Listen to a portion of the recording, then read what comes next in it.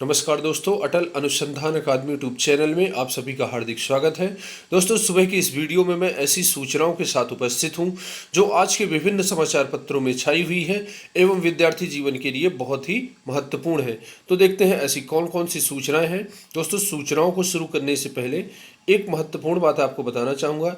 यदि आपने अभी तक हमारे चैनल अटल अनुसंधान अकादमी यूट्यूब चैनल को सब्सक्राइब ना किया हो तो ज़रूर सब्सक्राइब कर लें, बेल आइकन को प्रेस कर लें ताकि कोई भी नोटिफिकेशन सबसे पहले आपको मिल जाए। दोस्तों, यहाँ पर UGC net JRF, assistant professor, PGT, TGT, GIC lecturer, LT grade व अन्य प्रतियोगी परीक्षाओं की तैयारी कराई जाएगी। ये हमारा व्हाट्सएप नंबर है 8543856728। इस पर मैसेज करके आप हमारे व्हाट्सएप ग्रुप से भी जुड़ सकते हैं। अब नजर डालते हैं आज की महत्वपूर्ण खबरों पर। तो पहली खबर प्राथमिक विद्यालयों में 31,277 सहायक अध्यापकों से संबंधित है। यहाँ पर आप देख रहे हैं बीएसए करेंगे स्कूलों का आवंटन। 26 से 30 अक्टूबर के बीच काउंसलिंग एवं विद्यालय आवंटन की प्रक्रिया पूरी होगी। 69,000 सहायक अध्यापक भर्ती में परिषदीय विद्यालयों में नव नियुक्त 31,277 शिक्षकों को विद्यालय का ऑनलाइन आवंटन जिला बेसिक शिक्षा अधिकारी करेंगे। विद्यालय आवंटन एवं काउंसलिंग की प्रक्रिया 26 से 30 अक्टूबर के बीच होगी। विद्यालय आवंटन के बाद शिक्षकों को 3 नवंबर तक हर हाल में स्कूलों में रिपोर्ट करना होगा। सचिव बेसिक शिक्षा परिषद प्रताप सिंह बघेल ने बताया कि नव नियुक्त दिव्यांग महिला अध्यापिकाओं को ऑनलाइन विद्यालय आवंटन उनके विकल्प के आधार पर किया जाएगा। दिव्यांग एवं महिला अध्यापिकाओं से विकल्प के बाद पुरुष अध्यापकों एवं विद्यालय आवंटन किया जाएगा। जारी सूचना में कहा गया कि आरटीई मानक के अनुसार आवश्यकता वाले विद्यालयों की सूची अंग्रेजी वर्णमाला के आरोही क्रम में जहां अध्यापक बैठेंगे वहां चस्पा की जाएगी। प्रोजेक्टर से विद्यालयों की सूची प्रदर्शित की जाएगी। बीएसए की ओर से ऑनलाइन विकल्प लॉक करते ही संबंधित अध्यापक को आवंटित विद्यालय का आदेश मिल जाएगा। विद्यालय का आवंटन होने के बाद उसे सूची से हटा दिया जाएगा। ऑनलाइन विद्यालय आवंटन पर सॉफ्टवेयर प्रेरणा पोर्टल पर तैयार किया गया है। सचिव ने बताया कि विद्यालयों का आवंटन करते समय समान अंक होने की स्थिति में अधिक आयु वाले को वरीयता दी जाएगी। विद्यालय आवंटन के तत्काल बाद संबंधित शिक्षकों को नियुक्ति पत्र एवं अपनी पहचान के लिए वोटर आईडी कार्ड, आधार कार्ड, पैन कार्ड के साथ उपस्थित होना होगा। तो ये थी ये नवनियुक्त प्राथमिक शिक्षकों के लिए महत्वपूर्ण सूचनाएं, और अपने सारे डॉक्यूमेंट्स लेकर के ही आप लोग जाएं। इसके बाद नवनियुक्त शिक्षकों का ऑनलाइन स्कूल आवंटन, ये आज के विभिन्न समाचार पत्रों में ये खबर छाई हुई है।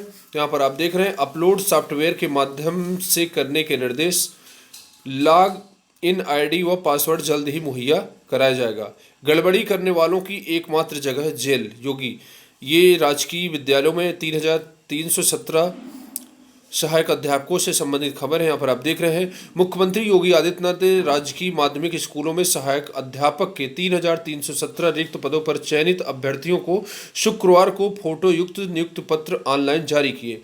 अपने सरकारी आवास पर आयोजित कार्यक्रम में उन्होंने प्रतीकात्मक रूप से 5 चयनित अभ्यर्थियों को नियुक्ति पत्र दिए। प्रदेश के सभी जिलों में चयनित अभ्यर्थी इस कार्यक्रम से ऑनलाइन जुड़े थे। इस मौके पर योगी ने कहा कि बीते 3.5 वर्षों में विभिन्न विभागों में हुई भर्तियों में भेदभाव रहित निष्पक्ष व्यवस्था अपनाई गई है। पूरी ईमानदारी व पारदर्शिता के साथ नियुक्तियां की गई है और कोई भी इस पर उंगली नहीं उठा सकता। यही हमारी सरकार की असली पूंजी है। फिर भी यदि भ्रष्टाचार हुआ तो दोषियों को जेल में ही ठिकाना मिलेगा। अब नौकरी पाने का एकमात्र मानक मेरिट है।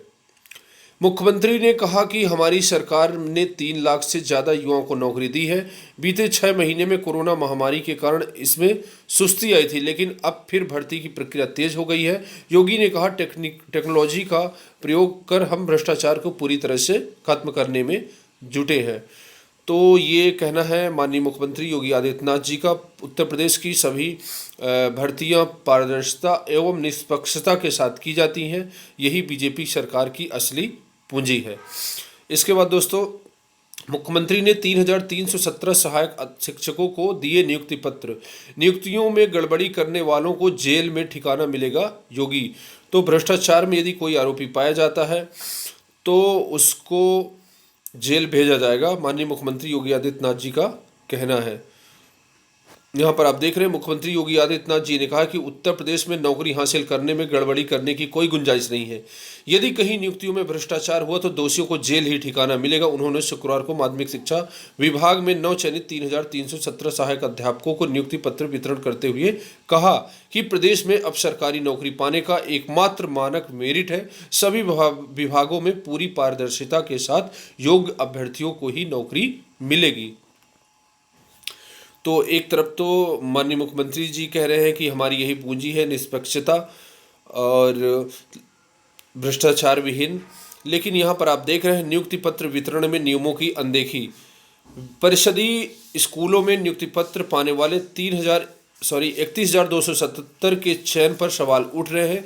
प्रतियोगियों का आरोप है कि जिलों में चयन समिति के ने नियमों की अनदेखी करके नियुक्ति पत्र वितरित किए हैं।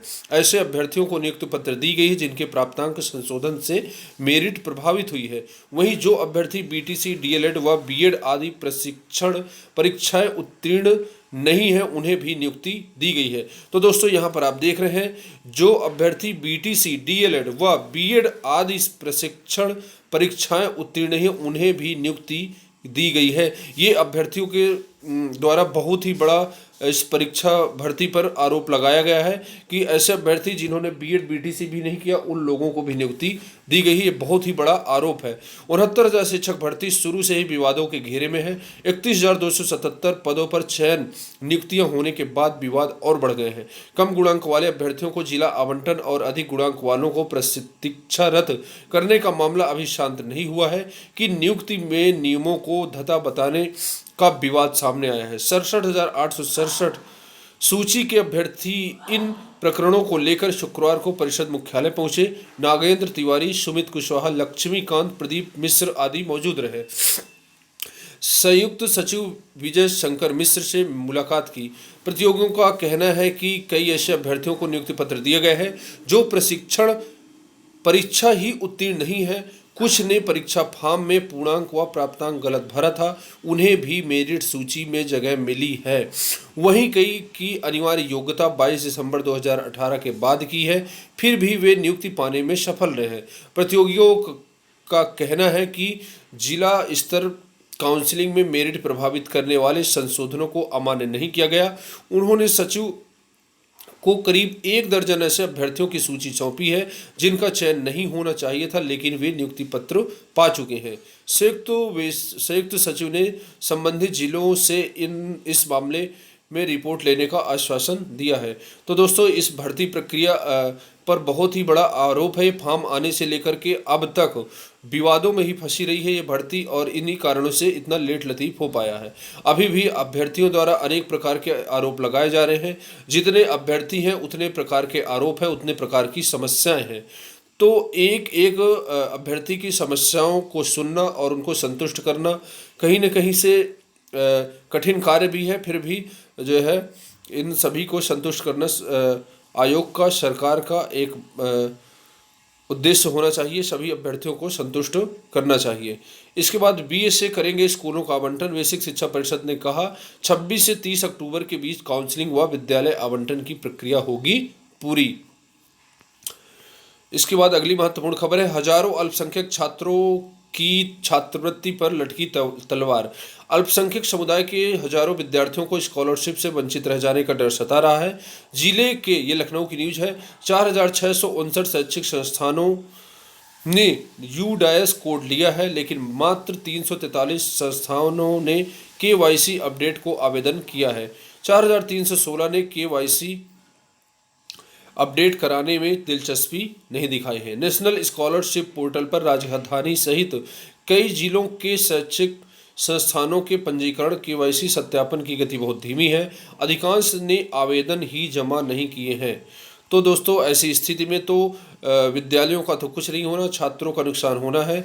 हजारों अल्पसंख्यक छात्रों की छात्रवृत्ति पर तलवार लटक जाएगी अगर विद्यालय अपना कार्य पूरा नहीं करते हैं। इसके बाद शिक्षा शास्त्र विषय में 100 असिस्टेंट प्रोफेसर चयनित। यहाँ पर आप देख रहे हैं एक का अभ्यर्थन निरस्त। लंबी प्रतीक्षा के बाद अशासकीय सहायता प्राप्त डिग्री कॉलेज के लिए असिस्टेंट प्रोफेसर पद की भर्ती का रिजल्ट जारी हो गया। सुप्रीम कोर्ट के निर्देश पर उत्तर प्रदेश उच्चतर शिक्षा सेवा आयोग ने शुक्रवार को 100 पदों का रिजल्ट जारी किया। चयनितों में 28 महिला सहित 71 सामान्य वर्ग, 5 महिला सहित 17 ओबीसी और 4 महिला सहित 12 अनुसूचित जाति के अभ्यर्थी शामिल हैं। आयोग ने 18 से 27 फरवरी तक अभ्यर्थियों का इंटरव्यू लिया था। साक्षात्कार में 591 अभ्यर्थी बुलाए गए थे, लेकिन 538 ही शामिल हुए थे। इस प्रकार से दोस्तों 1150 असिस्टेंट प्रोफेसर विज्ञापन संख्या 47 की प्रक्रिया पूरी हो गई है और ये जो है वैकेंसी पूरी तरह से समाप्त हो गई है। इस पर पूर्ण विराम लग गया है। अब नई वैकेंसी का इंतजार है। कभी 2016 पदों के लिए विज्ञापन, कभी 4500 पदों के लिए विज्ञापन, कभी 3000 पदों के लिए विज्ञापन विभिन्न समाचार पत्रों में निकलते रहते हैं, किंतु आज तक आयोग द्वारा इस संबंध में कोई भी नोटिफिकेशन नहीं जारी की गई है, न ही कोई आवेदन मांगे गए हैं। तो अब देखते हैं कि ये वैकेंसी प्रक्रिया पूरी हो गई। अब नया विज्ञापन कब तक जारी होता है। नया विज्ञापन आप जानते हैं कि 4500 पद के लिए जो है अधियाचन आया था, किंतु सरकार द्वारा 3900 पदों के लिए ही स्वीकृति दी गई थी। किंतु आयोग द्वारा अब तक ये क्लियर नहीं किया गया है कि कितने पदों के लिए विज्ञापन जारी करने जा रहा है और उम्मीद है कि अक्टूबर के लास्ट में असिस्टेंट प्रोफेसर भर्ती के लिए विज्ञापन जारी हो जाएगा और यदि नहीं जारी होता है तो नवंबर के फर्स्ट वीक में जरूर ही जारी हो जाएगा। स्कूलों में गुरु जी पर रहेगी डायल 1000 की नज़र। परिषदीय विद्यालयों के शिक्षकों के शिक्षण कार्य व अन्य व्यवस्थाओं पर अब डायल 1000 के सदस्य नजर रखेंगे। विद्यालय में किसी प्रकार की लापरवाही को देख संबंधित गांव का कोई भी व्यक्ति फोन कर उन्हें जानकारी दे सकता है। योजना नए शैक्षिक सत्र से लागू की जा सकती है। शासन की ओर से डायल 1000 योजना जनपद में भी शुरू होने जा रही है। इसके लिए प्रत्येक जनपद में एक टीम बनाई जाएगी। इसमें स्कूल शिक्षकों को शामिल नहीं किया जाएगा। खंड शिक्षा अधिकारी एवं अन्य विभागों के कर्मचारी रखे जाएंगे। कोई भी व्यक्ति अगर डायल 1000 पर सूचना देता है तो टीम 15 से 20 मिनट में स्कूल पहुंच जाएगी और मामले की जांच करी। यह व्यवस्था प्रदेश के कुछ जनपदों में पहले से लागू है। अब इसे जिले में भी शुरू किए जाने की तैयारी है। विद्यालय सुपरविजन योजना के तहत ये टीमें रिपोर्ट सीधे शासन को भेजेगी। डायल 1000 का उद्देश्य, शिक्षक व शिक्षा मित्र समय से स्कूल पहुंचेंगे। रोजाना प्रार्थना होने के उपरांत ही स्कूल का संचालन शुरू होगा। मेन्यू के अनुसार MDM भी बनेगा। बच्चों की उपस्थिति पर भी बराबर निगरानी रखी जाएगी। तो दोस्तों ये एक बहुत ही अच्छी योजना है। इस योजना के द्वारा उम्मीद है कि प्राथमिक विद्यालयों में शिक्षण व्यवस्था में सुधार हो सकता है। शिक्षक शिक्षा मित्र टाइम से स्कूल जाएंगे, प्रार्थना स्थल में उपस्थित होंगे। इसके बाद पूरा विधिवत रूप से विद्यालय का संचालन शुरू हो गया। किंतु अभी भी बहुत सारी शिकायतें आती रहती हैं। शिक्षक टाइम पर नहीं पहुंचते हैं, विद्यालय में ताला लगा रहता है, छात्र बाहर खड़े रहते हैं और फिर पहुंचते भी हैं, प्रार्थना नहीं होती है और सही तरीके से विद्यालय का संचालन कुल मिलाकर के नहीं किया जाता। तो डायल 1000 ये नंबर है। इस पर गांव का या फिर कोई भी व्यक्ति इस पर फ़ोन कर देगा तो 15 मिनट के अंदर टीम पहुंच जाएगी विद्यालय और विद्यालय पर शिकंजा कसेंगे। बहुत ही अच्छी प्लान है, देखते हैं कितना सफल होती है। प्रदेश में मानक पूरे नहीं करने पर 105 ITI की मान्यता हुई खत्म। भारत सरकार के प्रशिक्षण महानिदेशालय ने जारी किया आदेश। प्रदेश में मानक पूरे न करने पर 105 औद्योगिक प्रशिक्षण संस्थानों की मान्यता खत्म कर दी गई है। कौशलता विकास एवं उद्यमशीलता मंत्रालय भारत सरकार के अंतर्गत प्रशिक्षण महानिदेशालय ने इस बाबत आदेश जारी कर दिया है। इसमें लखनऊ, बाराबंकी, फैजाबाद और अंबेडकर नगर जिलों की भी 10 ITI शामिल हैं। पुरानी पेंशन बहाली को शिक्षक मुखर। राष्ट्रपति, प्रधानमंत्री, राज्यपाल और मुख्यमंत्री को भेजा ज्ञापन। यहाँ पर आप देख रहे हैं पुरानी पेंशन बहाली की मांग पर जौनसार बाबर शिक्षक समिति और SC/ST शिक्षक एसोसिएशन के सदस्यों ने शुक्रवार को तहसील मुख्यालय में प्रदर्शन किया। उन्होंने प्रशासन के माध्यम से राष्ट्रपति, राज्यपाल, प्रधानमंत्री और मुख्यमंत्री को ज्ञापन सौंपा। जौनसार बाबर शिक्षक समिति के अध्यक्ष रघुवीर सिंह तोमर और SC/ST शिक्षक एसोसिएशन के प्रांतीय महामंत्री जितेंद्र सिंह बुटोइया ने कहा कि जल्द मांग पूरी नहीं की जाती तो कर्मचारियों को प्रदेशव्यापी आंदोलन को बाध्य होना पड़ेगा। इस मौके पर जौनसार बाबर शिक्षक समिति के प्रदेश महासचिव अनुज दत्त शर्मा, कलम सिंह नेगी आदि मौजूद रहे। कोटे द्वार से भी उठी आवाज अनुसूचित जाति जनजाति शिक्षक एसोसिएशन ने पुरानी पेंशन बहाल करने और नई पेंशन स्कीम में आ रही समस्याओं के निराकरण की मांग की है। गढ़वाल सांसद को सौंपा पोस्ट कार्ड।